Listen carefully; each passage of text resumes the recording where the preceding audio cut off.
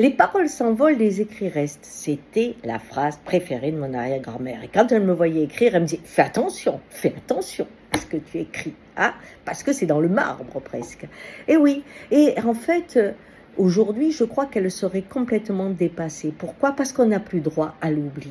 Et on revient paradoxalement, alors qu'on a l'impression qu'on est mondialiste, on revient à l'esprit du village.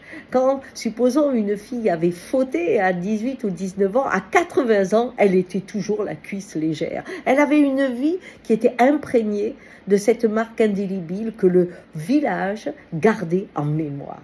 Aujourd'hui, avec ces caméras, ce que je fais là, votre parole est confisquée à tout jamais dans le monde virtuel.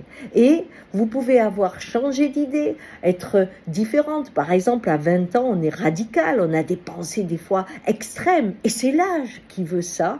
Eh bien, vous avez 40 ans, vous avez évolué, vous avez changé, on va vous remettre cette information. L'esprit du village revient et enferme l'individu dans des moments forts de sa vie et ça lui empêche, comme un condamné, à se transformer, à avoir droit à un autre demain. Et cette prison dans laquelle on rentre, qui va être en plus favorisée parce que c'est l'éternité que l'on cherche en permanence. En Chine, ils ont créé un cimetière où vous pouvez discuter avec vos morts. Vous allez me dire, c'est pas possible, mais bien sûr que si. Nous avons un cerveau qui est le même que ce que l'on fabrique chez les IA.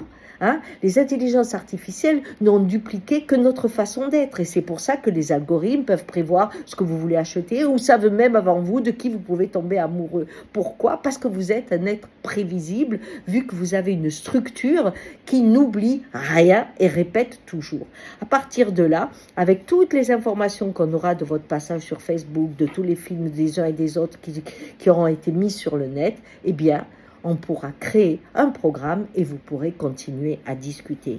Le droit à l'oubli, qui est le droit de la seconde chance, le droit de je peux penser autrement, je peux fleurir et voir le monde différemment, ce droit qui va être enlevé, c'est la pire des tortures qu'on puisse faire à l'humain. Parce que on revient au village. Mes 20 ans vont me marquer et me figer, parfois pour toujours, malheureusement. Allez, courage, ciao.